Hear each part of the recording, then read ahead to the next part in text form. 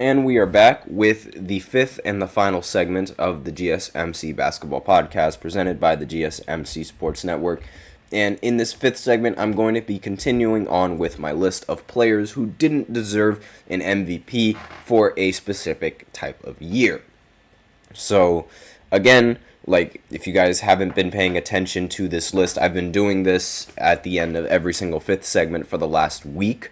I did one on Monday about Joel Embiid. I did one on Tuesday about Derrick Rose and how I thought they don't deserve their MVPs and in a specific year when they've won the MVP. So I'm just continuing on with this list, and once we go down the years in the 2000s, there are a lot more players that I feel didn't really deserve an MVP in these 2000s. So one of the players that is actually going to shock you, because I think he deserves multiple MVPs, just not the one from this year, and that year 2008, the MVP winner was Kobe Bryant. And I know that's probably going to ruffle a lot of feathers, maybe more so than the people that I might have upset when I did the Derrick Rose part, because again, I don't think Derrick Rose deserved his 2011 MVP, but in 2008, I don't think Kobe deserves the MVP, and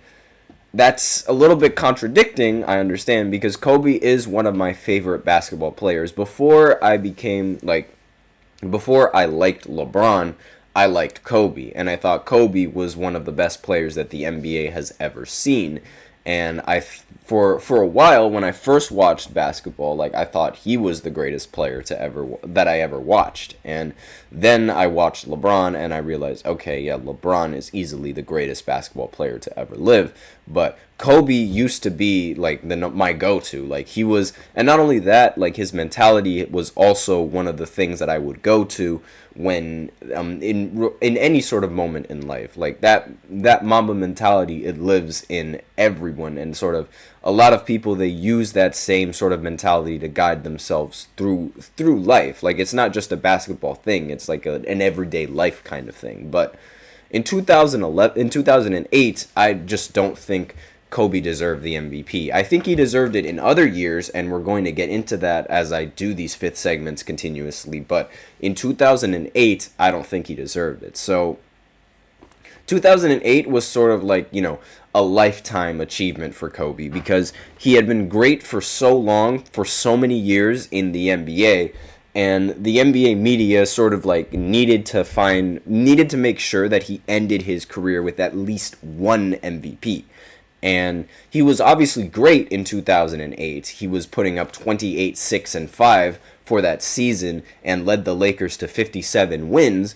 But he wasn't better than what he was in the last two seasons, when he averaged better stats than 28, 6, and 5 in those seasons, and he didn't win the MVP in either of those seasons. In fact, let me just go ahead and bring up Kobe's stats for the NBA, because aside from averaging 28 and averaging 28, 6, and 5 is very impressive. Don't get me wrong, that is a very impressive stat line to average.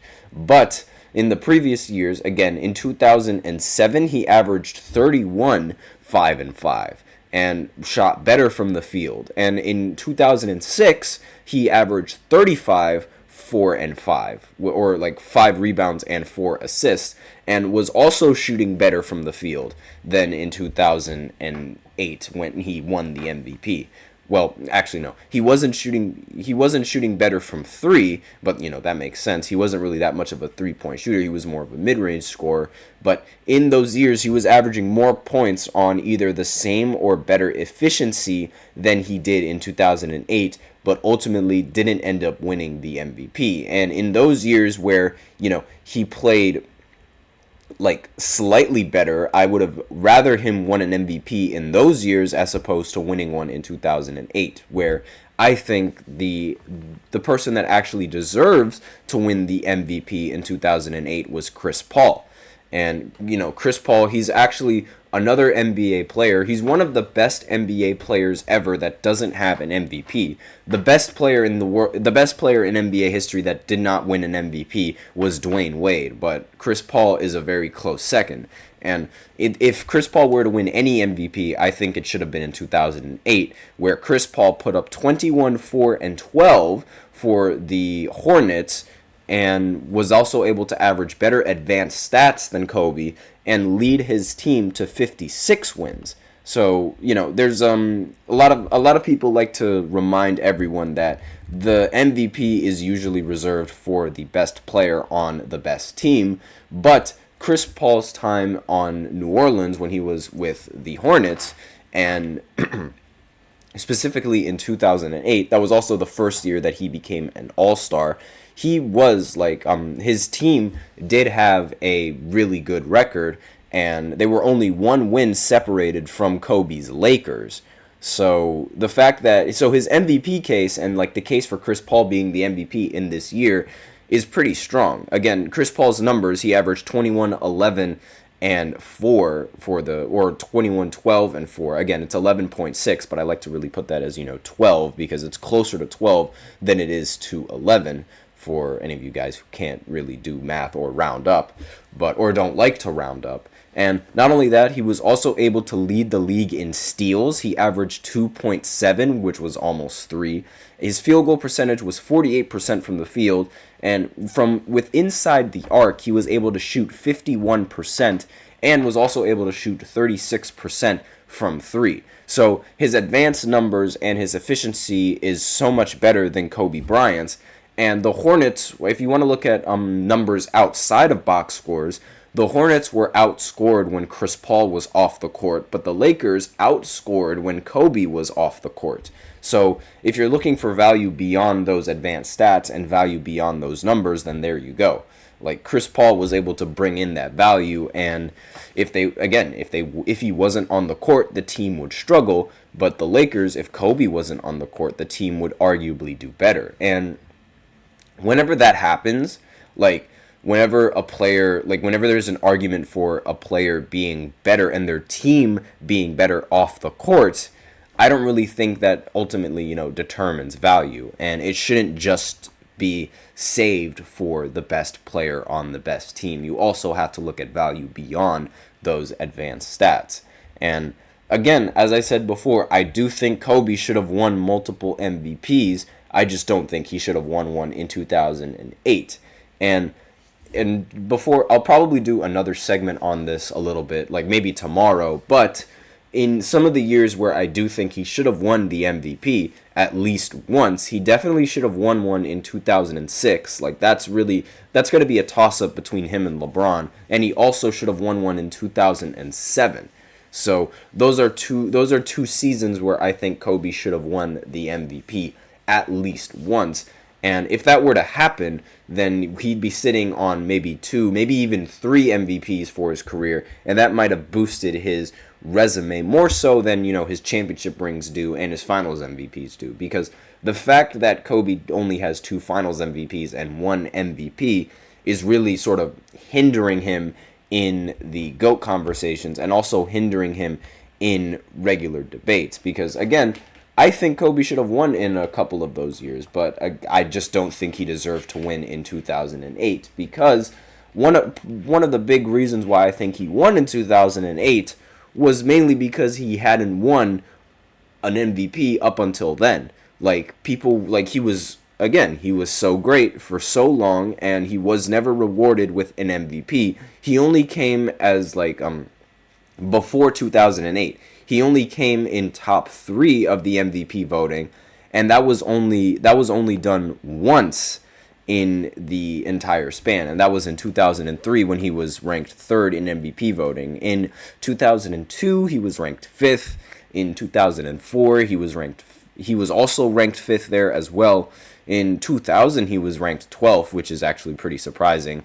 But in a majority of the years, he's always been in the top 5, but he's never been at number 1. It's similar to Luka Doncic now, where it's Luka is always a favorite to win the MVP when the season starts, but then when the season starts and some of the other players like Jokic end up playing as well as they do, they sort of dwindle in the MVP rankings. And Kobe, he needed to end his career with at least 1 MVP. If he didn't, it would have been a huge stain on his legacy, without a doubt. But that's all I have for this segment. Let me know in the comments if you think that I'm just like, I'm talking nonsense. And I'm sure a lot of Kobe fans are thinking that I'm talking nonsense, bringing up his only MVP being the MVP that I think he didn't deserve. But again, Chris Paul, he also had a great year, and he also has a really good case for winning the MVP in 2008. And I honestly would have rather had somebody like Chris Paul on the team. Obviously, in hindsight now, with Chris Paul and his postseason trauma, I guess you could say, for lack of a better term, you would obviously rather have Kobe and his playoff success that he brings than Chris Paul. But in that year, in the regular season, you guys have to remember, this is a regular season award. So this is just going off of regular season performance and not playoff performance. So I can't use playoff performance as an example to justify somebody being better or somebody being good in these kind of debates. So just remember before you go commenting, it is a regular season award. So that's all I have on this segment. Thank you so much for tuning in to the GSMC Basketball Podcast presented by the GSMC Sports Network. Your support means a lot to us, so remember to subscribe to the show, leave a positive review. It really does make a difference. We also invite you to follow us on Facebook, Twitter, TikTok, and Instagram for more content and updates. As usual, we love to hear what you guys have to say for the show. We love hearing all of you, whether you have a hot take, a burning question, or something that you want to say. We are all ears. And if you really want your comment or question to get noticed, you can go ahead and use Super Chat. Just hit the $ below the chat box and send in your message. It's guaranteed to get featured on the show. It's also a great way to support our channel. If Super Chat isn't really your thing, then you can use the link in the description, gsmcpodcast.net. And you can have your comments sent in that way. It helps the show as well. It makes the show much more interactive between myself and you guys. And that's all I have today on this segment. Thank you so much for tuning in. I am your host, Nelson, and as always, take care.